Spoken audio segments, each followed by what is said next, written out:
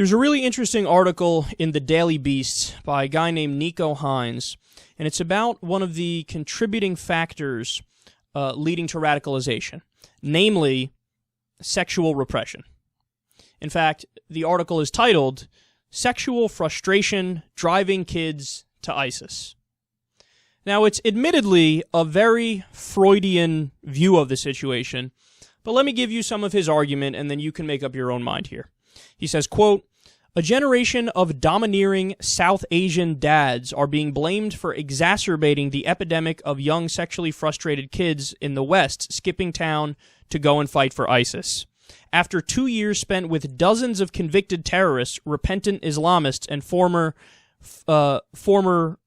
fighter known as the Godfather of British Jihad, an Emmy Award-winning documentary maker says there was a common theme running through almost everyone she interviewed. Immigrant fathers who couldn't deal with the more open sexuality of the West and who took out their frustration on their children by abusing them and repressing their sexual urges. Okay, so clearly what we're seeing here, laying the groundwork, they're explaining there's this new British documentary that's out exploring this idea, the issue of sexual repression and abusive fathers or abusive parents leading to a push in the direction that ends up with, kids joining ISIS, essentially.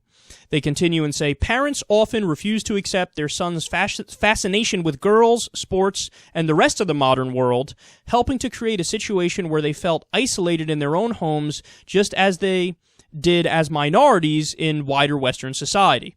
None of this forces young people into the arms of jihadis, of course, but it helps to create an environment where radicalization can flourish. Hate preachers and online terror recruiters are adept at stepping into the void. They end up being surrogate dads. One of the reformed jihadis said the following, when someone for the first time starts to understand you, emotionally support you, put their arm around you, show you compassion and love for being you, that's unbelievably powerful and compelling. So, it's an interesting argument, and they go on to explain that when everybody in the West, including your parents and your peers at school, treat you like an outsider, you seek positive attention elsewhere. And specifically, that usually ends up happening online. And then along come these charismatic jihadists that recruit you and not only give you love, but also promise you all the women you want. Because as we know from other stories, ISIS is pro-sex slavery, and they have a, sex slave market, if you will, the most barbaric and savage of anything you can think of. And they say that kids view joining a jihadist group sometimes as a kind of rebellion that's akin to, like, some other kid going through a punk rock phase, or somebody joining the Crips or the Bloods if they're from an inner city community and they're struggling and they have nobody who shows them love, and then the gang members show them love. So it's the idea that you feel so rejected and so left back and just so useless that you're looking for almost anything to make you feel any kind of excitement or something to look forward to, and then that's where these guys step in, they fill the void. And they also start to think, well, once they're part of that, oh, I'm powerful. I'm powerful and I'm armed. And they even go as far in the article to make the super Freudian argument of the gun they're holding is just an extension of you-know-what.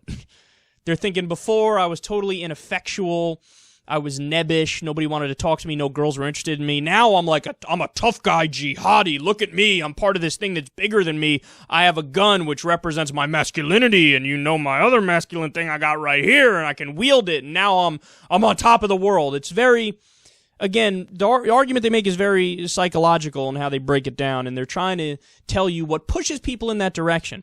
It's not a perfect correlation. It's not if X happens, then Y happens, but they're saying certain things can lead people in that direction. So what's my takeaway having read the article?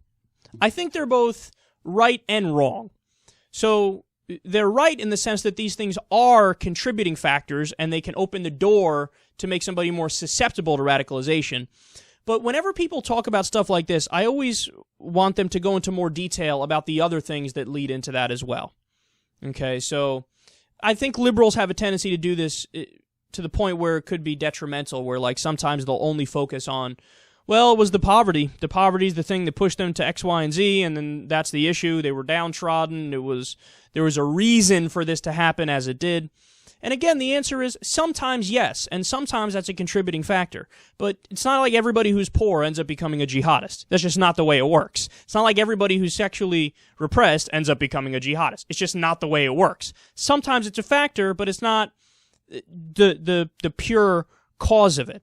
And you should always, if you're going to make an argument like this, always remember you have to bring up the root issue here, which is fundamentalist interpretation of religion, in this case, fundamentalist Sunni Islam, okay, Wahhabism, if you will.